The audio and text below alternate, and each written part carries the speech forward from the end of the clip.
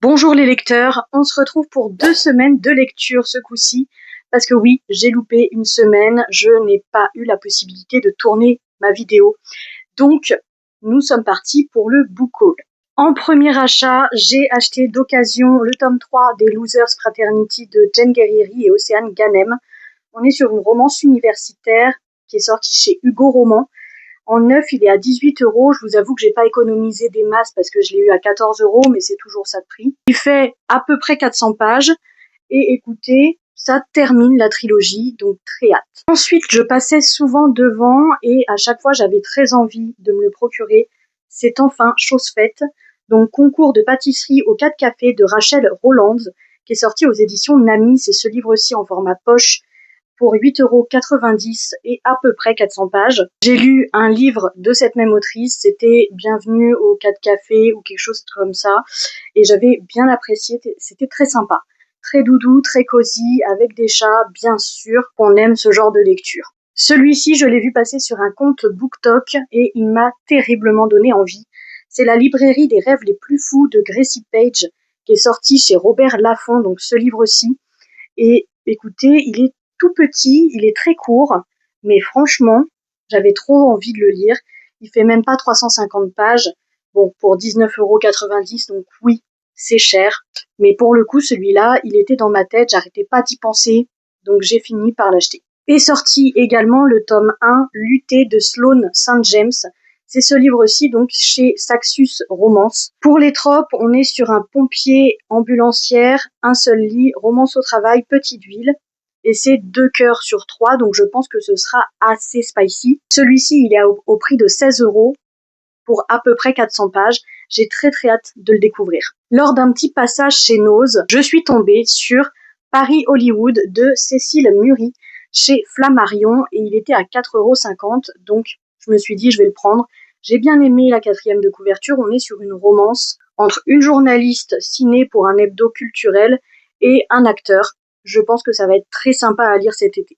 Et j'ai trouvé un second livre lors de cette sortie, pareil à 4,50 €. C'est La prochaine fois que tu mordras la poussière de Panayotis Pasco. Écoutez, ce livre, je l'ai vu passer, il a gagné un prix, il me semble. J'avais très envie de le découvrir. Donc, quand je l'ai vu à 4,50 €, je me suis dit, allez, c'est le moment. En plus, il est court. Il est sorti chez Stock. Je sais que vous pouvez le trouver en format poche. Et il fait 250 pages à peu près. Donc, ça va se lire très rapidement. Début du mois est sorti une pépite de dark fantasy que j'attendais avec impatience. C'est un tome 2, La mémoire des eaux, de Margot Luton. J'ai lu le tome 1 lors de sa sortie l'année dernière. J'avais adoré ce livre. Vraiment, j'ai mis un moment à le lire parce que c'est très dense. On est sur un world building vraiment compliqué parfois, avec des personnages, des retournements de situation, des trahisons, etc. C'est vraiment très bien construit. Mais oui, faut s'accrocher quand on n'est pas très habitué à la dark fantasy. Moi, l'année dernière, c'était mon cas. Cette année, j'en ai lu beaucoup plus, donc je pense que ce sera un peu plus simple. En tout cas, très hâte de lire ce second tome. On est du coup sur le livre 2, La phalène et l'araignée, qui est sorti chez Plume Blanche pour le prix de 22 €, donc il est un petit peu plus cher que le premier tome, et il fait quand même plus de 650 pages. J'ai fait un petit passage en librairie également cette semaine, et celui-ci, il me tentait depuis un petit moment. Donc j'ai craqué, je me suis pris du coup 9 Month Contract de Amy Dawes, qui est le premier tome de la saga Mountain Main Matchmaker. Il y a le deuxième tome qui vient de sortir, donc je me suis dit là, je vais commencer cette saga, histoire de me tenir plus ou moins à jour quand même. On est du coup sur le tome 1 d'une romance avec un homme qui souhaite devenir papa mais en restant célibataire, de ce que j'ai compris. Je crois que c'est assez spicy, on a quand même 2 flammes sur 3. Il est au prix de 19,95 € en format broché pour un petit peu moins de 500 pages. Je trouve que ça les vaut et j'ai très hâte de découvrir ça. Et enfin, le dernier achat, c'est One Goal, One Night de Cynthia Aventine qui est sorti chez Black Ink. J'avais terriblement envie de le lire. Il est dans ma wishlist depuis un moment. Comme vous le savez, cet été, il y a très peu de sorties qui me donnent envie. Donc là, j'achète ces mois-ci les livres qui me donnent envie depuis un temps et pour lesquels je finis par craquer du coup. Celui-ci, il est à 20 € pour un tout petit peu plus de 500 pages. On est sur un harem inversé, il me semble, donc très hâte. Et ça se passe dans le monde du hockey. C'est tout pour ce book haul qui est déjà pas mal conséquent. Je vous avoue que la semaine prochaine, je ne ferai pas d'achat, donc dans la vidéo de la semaine prochaine, il n'y aura pas de book haul. Enfin, je ne pense pas. Et nous sommes donc partis pour les revues de ces 2 dernières semaines. En première lecture, j'ai Les Noirs de Elif Shafak qui est sorti chez 10-18 en format poche. Celui-là, c'est un livre que ma maman m'a prêté. On est sur un récit qui fait même à peu près 300 pages. Et personnellement, je n'ai pas accroché à 100% avec cette histoire parce que ça ne me concernait pas directement. En tout cas, je ne me suis pas retrouvée. Mais il est terriblement intéressant et j'en suis ressortie avec plus de culture. Donc concrètement, ça fait du bien. Ici, Elif Shafak va nous parler de la maternité, de ce que ça engendre, du baby blues, de la dépression postpartum, de est-ce qu'on peut devenir mère en étant écrivaine ou pas. Et elle va étayer ses propos en nous parlant de nombreuses autrices qui ont mis au monde ou non des enfants. J'ai beaucoup aimé découvrir la culture turque, c'est d'ailleurs de là que nous vient le titre Les Noirs. Je vous laisserai le découvrir par vous-même. À côté de ça, je vous avoue que la maternité n'est pas un sujet qui me touche particulièrement étant donné que je ne suis pas maman et que je ne souhaite pas le devenir non plus. Ça m'a intéressée pour le côté culturel, mais au-delà de ça, sans plus, j'ai apprécié quand même un petit peu découvrir la dépression postpartum, mais comme je viens de vous le dire, je l'ai apprécié parce que ça passait au travers des yeux d'une Turque et donc de sa culture également. Par contre, bien sûr que je lirai d'autres livres d'Elif Shafak, j'ai adoré certains bouquins de cette autrice, donc c'est pas parce que celui-ci, je l'ai noté 3 sur 5, ce qui en soit une bonne note quand même, que je vais m'arrêter à là, j'en ai d'autres à découvrir. Le deuxième livre que j'ai lu est le dernier livre de ma pile à lire du mois, et c'est The Air He Breathes de Brittany Sechéry, donc le tome 1 de sa saga The Elements, qui est sorti chez Hugo Poche. Pour 8,90 €, on est sur un drame psychologique qui fait à peu près 400 pages, et là ça a été un gros flop pour moi, je ne comprends pas la hype qu'il y a autour de cette saga, ou en tout cas pour le moment, parce que je n'ai lu que le tome 1. On commence le récit avec des personnages qui sont en plein deuil, qui viennent de perdre concrètement leur famille. Donc c'est quelque chose d'extrêmement dur et j'ai trouvé que c'était amoindri ici, qu'on prenait pas assez le temps de reconstruire les personnages. Parce que oui, un deuil, ça ne se fait pas du jour au lendemain. Et j'ai eu beaucoup de mal avec la façon dont ces personnages font leur deuil. Parce que oui, on est sur un drame psychologique, mais également de la romance. Et là, ces deux personnages n'ont rien à faire ensemble. En tout cas, au début du livre, ils n'ont rien à faire ensemble, étant donné qu'ils doivent se reconstruire chacun de leur côté. En tout cas, c'est comme ça que je vois les choses personnellement. Et ça n'a pas du tout été le cas ici. Tout va très très vite, parce que l'un s'imagine avec son ex-mari décédé, l'autre s'imagine avec son ex-femme décédée. Bref, c'est un maelstrom d'émotions un petit peu malsaines qui, moi, m'a beaucoup déplu. Pareil, au niveau de l'écriture, c'est fluide, ça se lit tout seul, on est bien d'accord, mais qu'est-ce que c'est vide. En fait, on n'a pas beaucoup de texture, mine de rien, dans ce bouquin. Donc, ça tourne beaucoup en rond, c'est très redondant, on a toujours les mêmes choses qui reviennent, donc ça m'a déplu. Et le plot twist, je l'ai vu venir, je m'y attendais à 10 000, c'était évident. Donc pas du tout surprise par la fin de cette histoire, et forcément j'ai été déçue. Ça a été un 2 sur 5, parce que mine de rien, l'écriture est tout de même fluide, et on voit bien que Brittany Sechéry, elle sait écrire, seulement l'histoire, ça ne l'a pas fait du tout avec moi, et tout simplement parce que je ne partage pas ce point de vue et ses ressentis au niveau du deuil. Le troisième livre lu a été Regard féroce de Elsie Silver, qui est le tome 2 de sa saga des Rose Hill, qui est sorti chez Roncière pour 20 €. Il fait à peu près 400 pages. Écoutez, ça a été très très chouette. Celui-ci, je l'ai noté 4,5 sur 5, donc c'est une excellente note. J'avais très très hâte de découvrir ce livre, tout simplement parce qu'on retrouve les personnages qui sont présents dans le tome 1. À savoir que le couple, du coup, qu'on a suivi dans le tome 1 devient des personnages secondaires dans le tome 2. Et les personnages secondaires du tome 1 deviennent les personnages principaux du tome 2. J'ai adoré parce qu'on est sur un single dad, sur une small town, sur une nana qui est très connue et qui souhaite un petit peu se retrouver, faire quelque chose par elle-même, en s'échappant un petit peu des chaînes que ses parents lui ont mises. J'ai trouvé ça très intéressant, la relation que ce personnage féminin a avec les enfants du single dad, du coup, est vraiment excellente et réchauffe le cœur, mine de rien. Je m'attendais pas non plus à ce genre de personnage concernant le protagoniste masculin, tout simplement parce que il est très gentil, très serviable, toujours souriant, toujours à aider les autres. Donc on s'imagine qu'il est très aimé et qu'il n'est jamais seul finalement. Et en fait, j'ai adoré ce personnage parce que justement, on a cette réflexion de c'est pas parce que je fais tout et je fais en sorte de faire bien que je suis vraiment entourée et que je me sens jamais seule.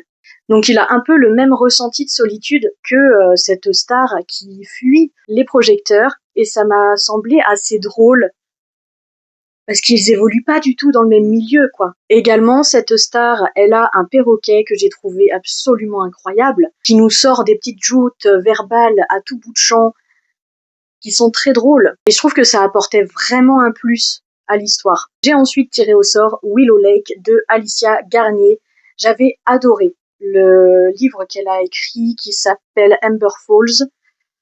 C'était cosy, on avait une nana avec un côté très ésotérique, une small town, bref, vraiment tout ce que j'aime. Et je me suis dit, là, on est sur de la cowboy romance, small town également. Donc, bien sûr que je vais adorer. C'est Alicia Garnier, j'ai adoré ce premier livre que j'avais lu. Donc, voilà. Bah écoutez, très déçu. Très très déçu, ça a été un 2,5 sur 5. Hein. Je m'attendais absolument pas à être déçu à ce point. Mais alors, je vous avoue que je n'ai pas compris ce qui... Pourquoi cette histoire? On est sur de la romance, on s'attend à quelque chose de doux quand même à la fin, de quelque chose de joyeux. Bah ne vous attendez pas à ça. Concrètement, on va suivre le point de vue du protagoniste masculin au présent et le point de vue du protagoniste féminin au passé. Donc on a des ellipses tout le temps, tout au long du livre, pour comprendre ce qui s'est passé entre eux dans le passé et ce qui a mené à cette relation dans le présent. Comme vous le savez, je ne suis pas une grande fan des secondes chances. Et bah là, ça prouve clairement que je n'aime pas ça, parce que bah, ça a été un flop et je m'en serais bien passée. J'ai trouvé que l'écriture était très lourde par rapport à Amber Falls, que c'était très long, très descriptif, assez redondant, qu'on n'avançait pas rapidement dans le récit. Quand bien même j'ai aimé les ellipses, bah je trouve que le présent et ce que c'est devenu n'était pas à la hauteur de mes attentes. Alors oui, on a des retournements de situation, oui, parfois ça fait un peu mal au cœur, mais trop de manque de communication.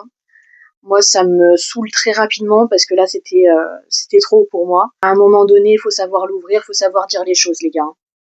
Donc là, concrètement, non, ça n'est pas passé. J'ai été déçue à un point, vous n'imaginez même pas. Vraiment une grosse déception. Donc en soi, en fait, j'ai bien aimé le livre, mais c'est la fin qui a tout foutu en l'air.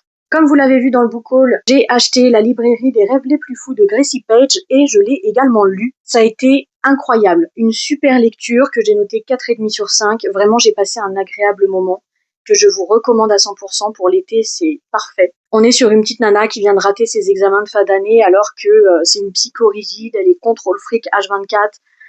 Donc c'est totalement inattendu. Et en plus de ça, son copain lui dit bah écoute, moi je vais partir un peu en France, donc vas-y, on s'arrête là, on rompt, parce que j'ai envie de profiter un peu de mes vacances.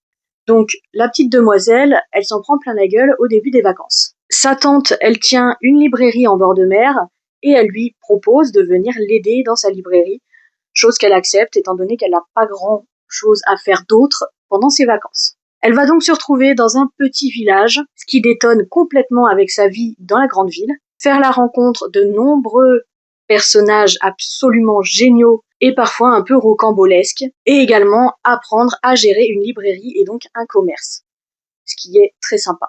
On a une petite romance en arrière-plan que j'ai trouvée très kiki, très douce aussi, et ça ne prend pas toute la place, donc c'est vraiment agréable. J'ai adoré le lien que Anna a avec sa tante, mais également la façon dont elle veut que la librairie fonctionne, dont elle veut redonner un petit peu de peps à ce commerce et les solutions qu'elle trouve. Ça a été vraiment très sympathique, mais aussi le soutien, la solidarité qu'on trouve dans une small town, c'est réconfortant.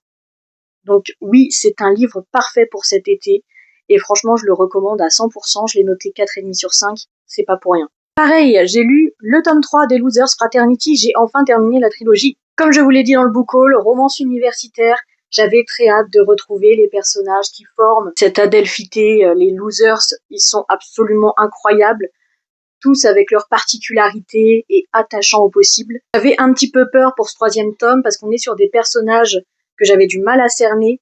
On a Jordi d'un côté que lui j'affectionne particulièrement, mais par contre Cassiopée, j'avais beaucoup de mal dans les tomes précédents, étant donné qu'elle est mal vue par les autres losers. Ceci dit, ça a été quand même une très belle histoire, j'ai beaucoup apprécié ma lecture, ça se lit comme rien. Les écritures vraiment d'Océane Ganem et Jen Guerrieri, elles sont formidables. On a des retournements de situation, on nous parle de trauma, mais on nous parle également beaucoup de l'emprise familiale et de ses conséquences sur l'enfant. Et vraiment, le thème central pour ce bouquin, c'est celui de la confiance en soi. Sujet qui m'a beaucoup parlé, que j'ai adoré découvrir au travers de ces personnages, et qui, oui, parfois nous fait mal au cœur pour eux. Celui-ci, je l'ai noté 4 sur 5.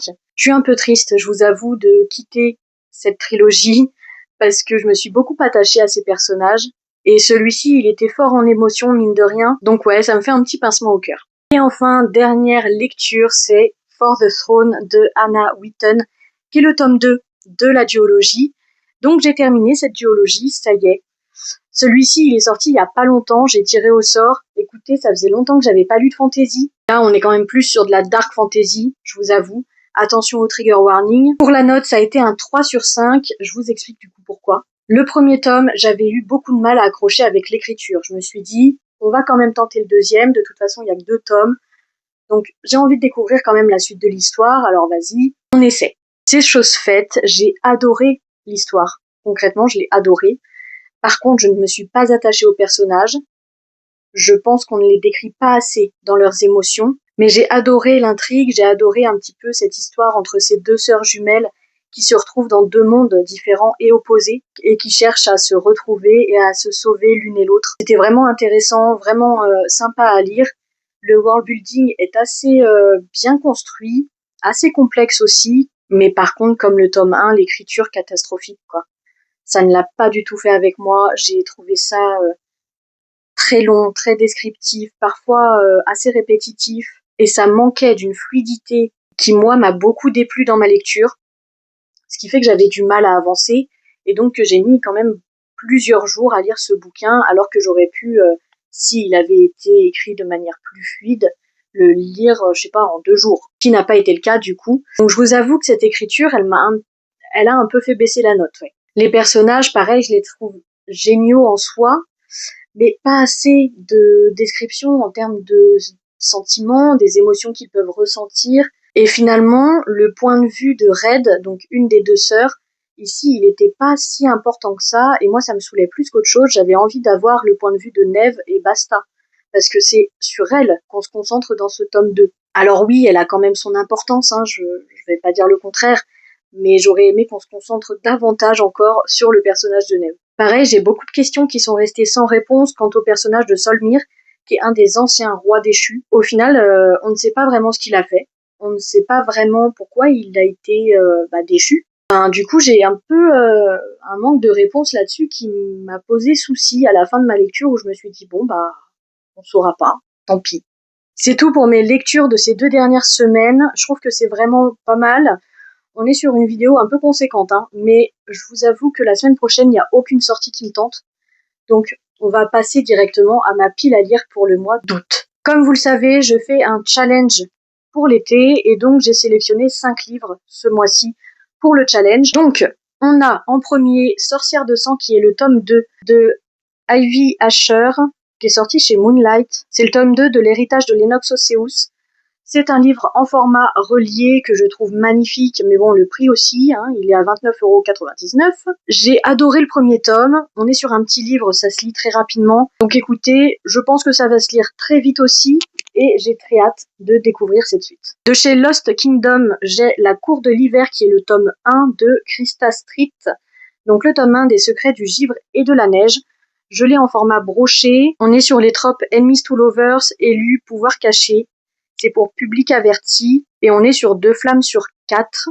Celui-ci, il est à 21,99 €. Je pense que vous pouvez le trouver d'occasion facilement, parce qu'on a plusieurs tomes déjà qui sont sortis. J'ai également un petit poche, donc Archer's Voice de Mia Sheridan, qui est sorti chez Hugo Poche. On est sur de la new romance, drame psychologique. Je ne sais pas de quoi ça parle. Écoutez, j'en ai entendu parler, ça m'avait tenté. Donc, je vous en dirai des nouvelles. The Bluff de Daphne Perry, qui est le tome 2 de sa saga Calamity Montana, qui est sorti chez Roncière. J'ai adoré le tome 1, qui est The Bribe, donc bien sûr que je l'ai mis dans mon challenge ce mois-ci, ce tome 2. On est sur de la romance cow-boy, ça se passe dans une small town, c'est très sympa. Je crois qu'on est sur une sorte de mariage arrangé, quelque chose comme ça, je ne suis pas sûre, je vous dirai. Et enfin, de mon challenge, nous avons Blackthorn, des éditions Eden de J.T. Gessinger, qui est ce livre aussi que j'ai trouvé absolument magnifique, j'ai craqué pour la couverture. Et pour son jaspage, il faut se le dire, je crois qu'on est sur une sorte de dark romance. Parce qu'on a cette petite phrase sur la couverture. On n'oublie jamais son premier amour, surtout quand c'est aussi votre pire cauchemar. Ça donne un petit peu le ton. Donc, on a ces 5 livres, du coup, qui figurent dans mon challenge, et j'ai tiré au sort 3 autres livres, parce que oui, je fais des piles à lire de 8 livres en règle générale. Dans ces 8 livres, j'ai tiré au sort le tome 2 de la saga The Elements de Brittany Sechery. Écoutez, je m'attends à rien, hein, forcément, après cette déception du tome 1. On est toujours sur du drame psychologique, je verrai. Écoutez, je verrai et je vous dirai. J'espère que ce sera meilleur quand même. J'ai également tiré au sort le tome 4 de la saga Akotar, donc un palais de glace et de lumière de Sarah J. Maas, qui est sorti du coup chez La Martinière. Alors, moi, j'ai commencé la saga il y a très longtemps. Il fallait que je la continue, hein. J'étais très très heureuse de tirer au sort Akotar. Vraiment, je pense qu'il est temps que je continue cette saga, et même que je la termine. Et enfin, en dernier livre que j'ai pioché, c'est Le Chant des Cavalières de Jeanne-Mariem Corrèze, qui est sorti chez Les Moutons Électriques. J'avais très envie de le découvrir, on est sur de la fantaisie avec des dragons, et franchement, je trouve le livre très beau, très original, et je sais pas, ça me tente de fou. Donc pareil, je vous en dirai des nouvelles. En tout cas, je trouve que ma pile à lire est quand même assez complète, notamment mes genres préférés comme la fantasy et la romance. C'est d'ailleurs tout ce qu'on a. Donc forcément, je suis joie. Bien évidemment, j'ai toujours ma pile à lire exhaustive que je vous avais déjà présentée. Ça n'a pas beaucoup bougé. J'ai toujours des bouquins dedans. J'ai enlevé seulement, écoutez, ceux que j'ai lus dernièrement et qui figuraient dans mes derniers achats ou dans ma pile à lire exhaustive, justement. Mais du coup, il m'en reste encore beaucoup à lire.